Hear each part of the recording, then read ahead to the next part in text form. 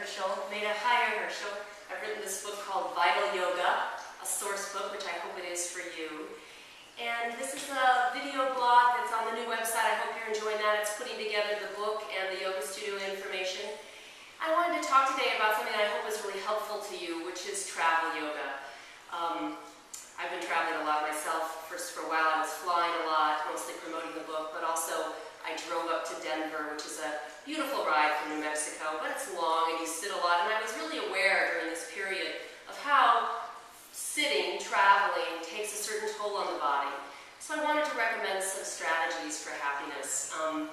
One is to take a break every so often and stretch what's called the psoas, which is a muscle. If you have the book in front of you on page 124, you'll see a lovely picture of it, which thank you, Ray Long, for allowing us to use them from his great book, Anatomy for Hatha Yoga. But we'll see this picture on page 124 of this muscle that we need to stretch, which shortens when we sit.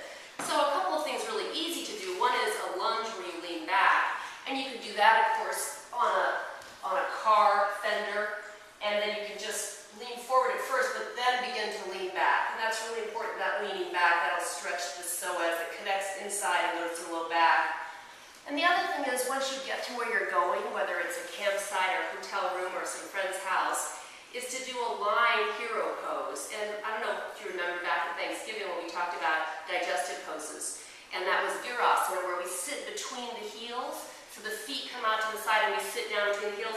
Now, a lot of us can't go all the way to the ground. It was decades before I could. So a block or two is good. It'll stretch the thighs. And then we begin to go back, and that's where the stretch of the psoas begins to happen. But if we're sitting on a block, we want to take that out and keep the hips lifted, but pull the belly to the back. So it's not this, it's this, pulling the belly to the back, and then coming down slowly, maybe to the elbows, maybe all the way down, or maybe we just stay right here and just work lengthening the quads and lengthening the psoas.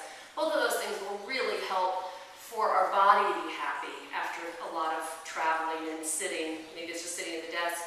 And then there's the other aspect. Yoga is always more than just the body, of course. We're a union of all parts of ourselves.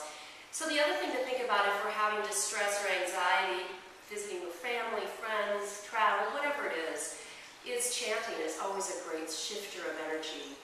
And you might consider the chant Ganesha the great remover of obstacles, the purveyor of yoga. And I'll have the words on the written website, the written blog, but I'll chant to you now. And it's 2 seed syllables, Om, the universal seed syllable, connecting to all.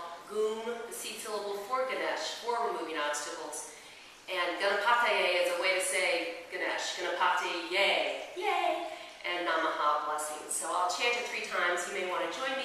You may want to have that at your disposal when you're feeling anxious for any reason, or perhaps while you're flying. This is also a Ganesh pose, by the way, a mudra, one of the many. Inhaling. Om Ganapate Namaha. Om Gung Ganapate Namaha. Om Gung Ganapate Namaha. May all your travels be splendid and full of wonder. The travels that take us inside to our true self